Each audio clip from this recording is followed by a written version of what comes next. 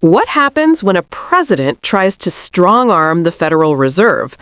Senator Elizabeth Warren says we're watching it unfold in real time. A criminal investigation into Fed Chair Jerome Powell has sparked alarm bells across Washington, and Warren is calling it stunning. Is this about accountability or about control? I want to talk about your speech and your message going forward, but I have to ask you about what's going on with the Fed and the administration. Just the fact that there is a federal investigation into the Fed chair, Jerome Powell, and the extraordinary video that he released. So this is really stunning. And if I can, let me just back up for like 2 seconds to say, Fed independence, you may hear those words a lot, but what it's really about, and has been in place for decades and decades, Democrats and Republicans, saying that we count on the Fed to make monetary policy decisions, meaning interest rates up, interest rates down, based on their best interpretation of the data. Now, you can argue whether they get it right or get it wrong, but insulated from political pressure. And that's why they get these long terms. That's why their budget doesn't go through Congress or the president. Donald Trump has been trying virtually from the day he got into the White House to get control of the Fed so that he can make the decisions about monetary policy. And what's the risk associated with that? Any president who can do that will want to lower those interest rates, juice the American economy in the short term, even though the long-term consequences of that will be more inflation, bad for the economy overall. Donald Trump has made multiple plays to get control. He's tried firing, or claimed he was going to fire Jerome Powell, tried to fire Lisa Cook. He has pushed back on the Fed at every opportunity, trying to seize control of the Fed. And this latest is weaponizing the Department of Justice as a way to try to bring Jerome Powell to his knees. If that happens, it is bad for the American economy. It is bad for the American consumer. And you're not exactly the biggest fan of Jerome Powell, to say the least. You have said that he took a flamethrower to banking regulations, that he's putting jobs at risk, that he increased costs for families, allowed a culture of corruption to fester in the Fed. And the fact that you're now, I guess maybe you tell me, you're not necessarily defending him, you're defending the process. I'm defending the process, because understand, I have argued with Jerome Powell about what the data show and what the right response to those data are. We have locked horns over this multiple times, but I have never said that it should be up to the president to fire him, to be able to get rid of him. And here's the thing, Donald Trump has already said repeatedly, publicly, that anyone he appoints to be chair of the Fed will be somebody who agrees with Donald Trump all the time. In other words, Donald Trump has publicly announced he wants a sock puppet running the Fed, and that he will be the one who will be setting the dials on inflation and on other issues. Let's talk about your speech. You bet. Because the core argument, we heard a little bit of it, is that there are two kinds of Democrats. On the one hand, Democrats fighting to throw out what you call a rigged system, who want to fight corporate power and billionaires. And on the other hand, Democrats who, quote, politely nibble around the edges of change. Explain more. So look, the Democrats need to build a bigger tent in order to win in 2026, 2028, and beyond. So the question is, how do we do that? Partly, Donald Trump already told us. Remember, he said for an entire year before the 24 election, he would lower costs on day one. He gets elected, and the first interview he gives, he's asked, why did you win? And he said, because I said I would lower costs on day one.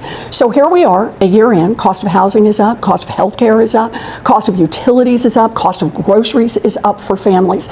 So Democrats have to hold Donald Trump accountable, but we have a real choice to make about how we're going to move forward on our agenda. We can either say we are all in for American families and lay out in concrete terms, here's how we're going to lower costs. Or we can say we're going to moderate that. We're going to nibble around the edges in order to be more attractive to billionaire donors who might help fund Democratic campaigns.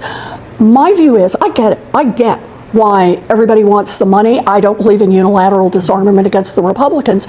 But at the end of the day, the money is not worth it if it causes us to narrow up our agenda. We've got to prove that we've got good ideas, and we are in the fight to deliver. When you just said unilaterally disarm, that was kind of what I was going to go to next, because you say you're talking about people who, extremely wealthy people, because you talk a lot in your speech, you talked about the fact that it's not just billionaires. There are a lot more just regular, very wealthy people who try to influence policy. They are certainly not MAGA Republicans. They're also not interested in changing an economic game that is already rigged in their favor. Some people will hear, in your party, will hear that and say, what do you want to do here? You just want to take your ball and go home? Then you're not going to be part of the system and the process that is kind of reality right now. No, what I want to do is win. I want to win in November of 2026. Read the room. If you're looking at a room of anything other than very wealthy donors, what the American people are telling us over and over and over is, I'm voting for the candidate who credibly says that they will lower costs for me.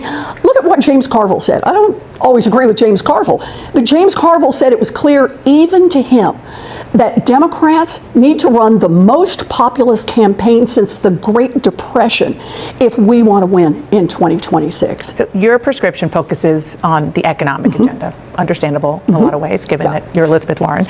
What you don't mention are some cultural issues that have made voters who are historically Democrats leave your party. People, just frankly, in your party, maybe who are more in the middle of the country, think that it's now more and more being run by coastal elites, feel ostracized, belittled if they don't use the right pronouns. Just one example. How do you get them back?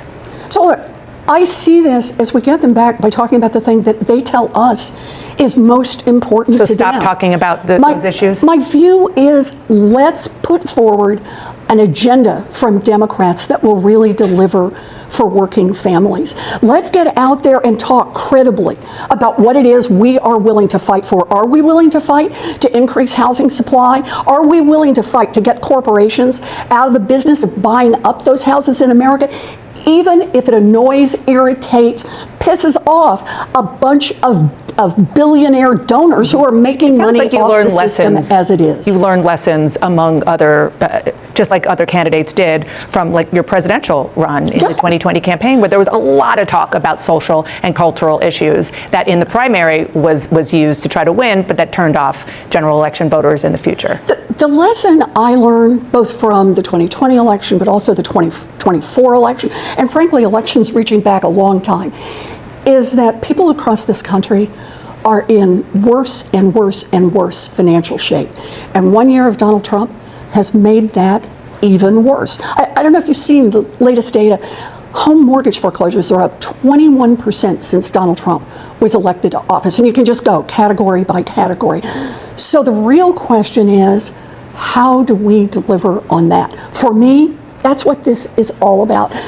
People are asking us, folks in Washington, folks in the State House, what are you going to do to unrig this system and make it work for me? And if Democrats shift our agenda, narrow down our agenda in order to attract billionaire donors, we're going to lose. We're going to lose in 2026, 2028. But if we go back to our roots, remember, we're the party that delivered Social Security. We're the party that delivered Medicare. We're the party that delivered health care for Americans all across this country. We go back to our roots and credibly put on the table concrete proposals to lower costs and then show we're willing to fight for them. That's how Democrats will win. Senator Elizabeth Warren, thank you so much for being here. Thank you for having me. Elizabeth Warren doesn't mince words. This isn't about defending Jerome Powell, it's about defending democracy and economic stability. She lays out a chilling warning. When political power reaches into the Federal Reserve, every American pays the price. Interest rates stop being about data and start being about politics. Inflation becomes a weapon. Warren makes it clear she's clashed with Powell for years, but weaponizing the Department of Justice to intimidate the Fed, that's a red line. Her broader message hits even harder. Democrats can't win by nibbling around the edges. Either they confront corporate power and billionaires head-on, or they lose working families and elections. With costs still rising under Donald Trump, Warren argues the choice is simple: fight to unrig the system or get steamrolled.